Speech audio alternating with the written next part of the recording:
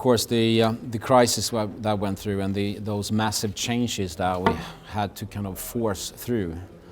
And the challenge with that was to make sure that the organization actually understood why we need to do them, and that by doing it we actually had a future together. To get that really to be fully understood among 15,000 employees, that some of them you hardly get a chance to communicate with because they're out there flying, and when they fly, the doors are locked and you can't reach them.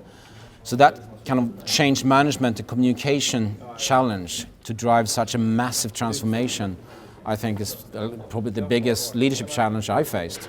We've got to realize that we are facing a global competition, and the only survivors in that game would be the ones that can really make sure that they get a cost efficiency in place, that they find to be relevant for their target customers, so that they can generate enough cash to also invest in new aircraft and in the long-term future.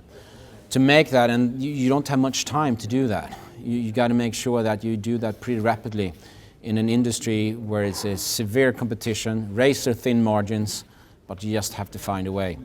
And I think we take pride in that. We demonstrate that it's doable, that we're on a good trajectory, but we're also humble and realize that we're not there yet. We have still a long way to go before we have a sustainable profitability, but we're determined we will get there.